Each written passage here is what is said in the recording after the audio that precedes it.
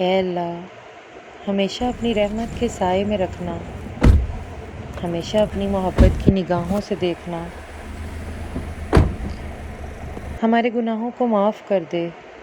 اے اللہ کبھی بھی کسی بھی حالات میں، مشکلوں میں، پریشانیوں میں، خوشیوں میں، راحتوں میں کبھی بھی اکیلا مت چھوڑنا۔ اللہ ہمیشہ اپنی رحمت کے سائے میں رکھنا، ہمیشہ اپنی محبت کی نگاہوں سے دیکھنا، ہمارے گناہوں کو معاف فرما۔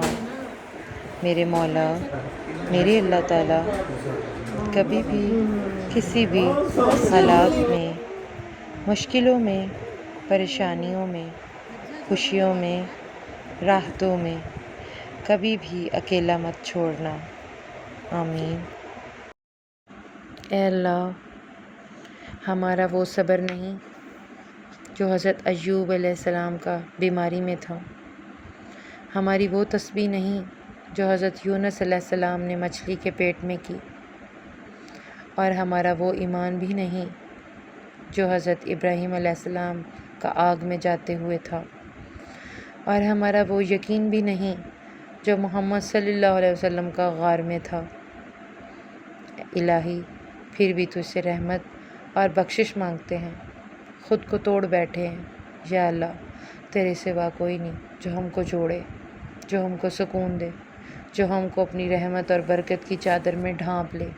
یا اللہ ہم پر اپنا کرم و فضل فرما، آمین ثم آمین۔ کیا آج آپ نے درود شریف پڑھا؟ نہیں پڑھا تو آئے مل کر پڑھتے ہیں۔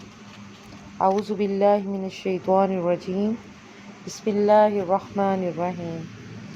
اللہم صلی علی محمد وعلی آل محمد کما صلیت علی ابراہیم وعلی آل ابراہیم انکا حمید مجید۔ اللہم بارک علی محمد وعلی آل محمد کما بارکت علی ابراہیم وعلی آل ابراہیم انکا حمید مجید۔